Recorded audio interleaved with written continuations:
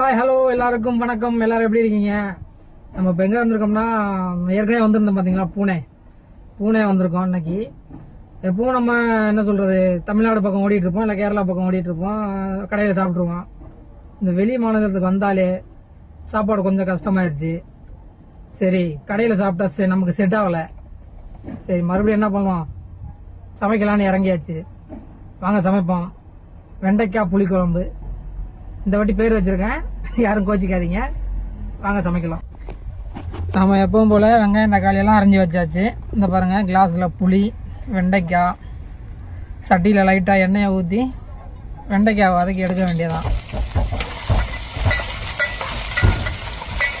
நல்லா ஃபுல்லாக நல்லா சக்கச்சவேன்னு வதக்கி எடுத்துட்டு அதை மாற்றி வச்சுட்டு அதே சட்டியில் எண்ணெய் ஊற்றி கடுகு ஜீரகம் போட்டு நம்ம வெங்காயம் தக்காளி போட்டு வதக்க போகிறோம்.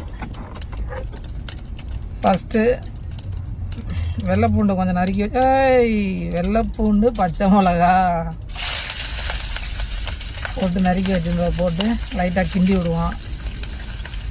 சப்பா டப்புன்னு வெடிக்குது.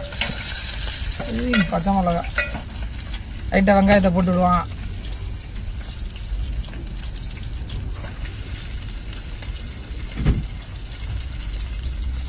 வெங்காயத்தை போட்டு நல்லா சவக்க வதக்கி எடுத்து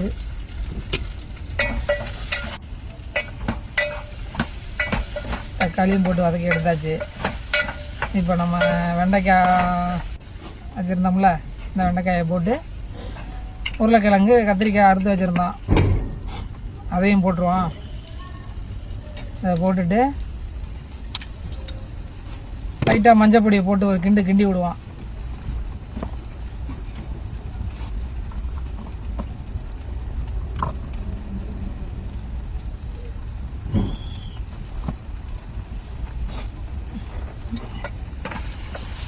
லைட்டாக கிண்டியாச்சு. மசாலா மிக்சிங் பண்ணி அந்த எண்ணெயோட பெரட்டி எடுத்தோம்னா கொஞ்சம் டேஸ்ட் வரும். அந்த எண்ணெயிலே அந்த மசாலாவை கொஞ்சம் பெரட்டி எடுத்தா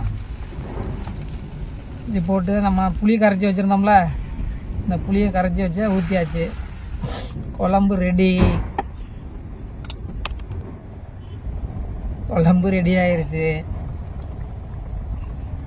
நம்ம கொத்தமல்லி கட் பண்ணி வச்சுருந்தோம், கொத்தமல்லியை போட்டு குழம்பு ரெடி.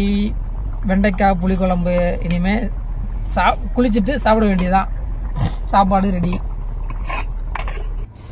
இது போதும், இன்னும் 2 நாள் தாங்கும். நன்றி, வணக்கம்.